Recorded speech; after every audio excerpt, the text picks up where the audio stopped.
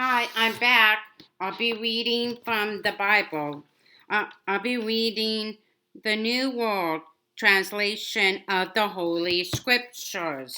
I'll be reading Genesis chapter 2, verse 4 to verse 25, the end of the chapter. Thus verse 4. This is a history of the heavens and the earth in the time of their being created in the day that Jehovah God made earth and heaven. Now there was as yet no bush of the field found in the earth, and no vegetation of the field was as yet sprouting, because Jehovah God had not made it rain upon the earth, and there was no man to cultivate the ground.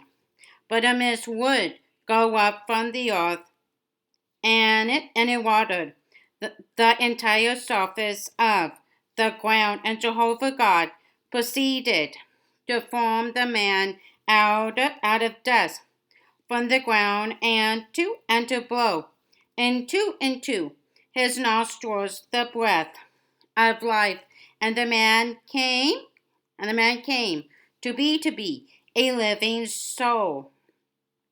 For further, Jehovah God planted a garden in Eden toward the east, and there he put the man whom he had formed. Thus Jehovah God made to grow out of the ground every tree desirable to one's sight, and good for food, and also the tree of life in the middle of the garden, and the tree of the knowledge of good and bad. Now there was a now there was a river issuing out of Eden to water the garden, and from there it became to be parted, and it became as it were four heads. The first one's name is Pishon. It is the one encircling the entire land of Havilah, where there is gold, and the gold of that land is good. There also are the bdellium gum, and the onyx stone. And the name of the second river is Gihon. It is the one encircling the entire land of Cush.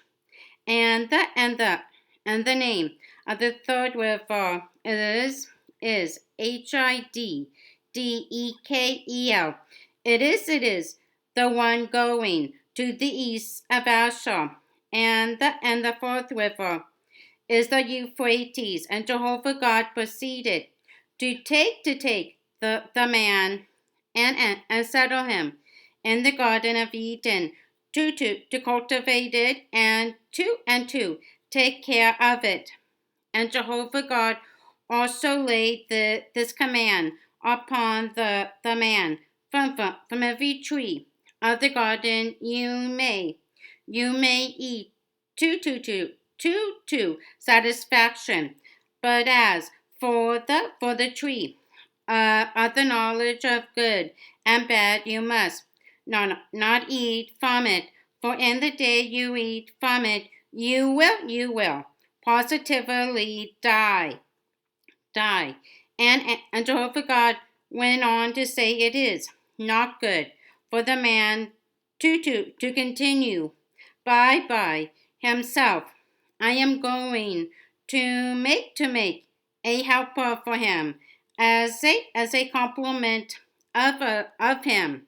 Now Jehovah God was forming from the ground every wild beast of the field, and every flying creature of the heavens, and he began bringing them to the man to see what he would call each one, and whatever the man would call it, each living soul That was its name.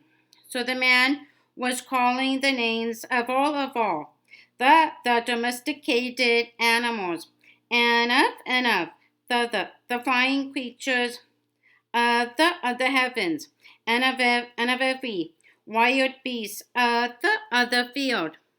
But for man there was found no helper as a complement of him.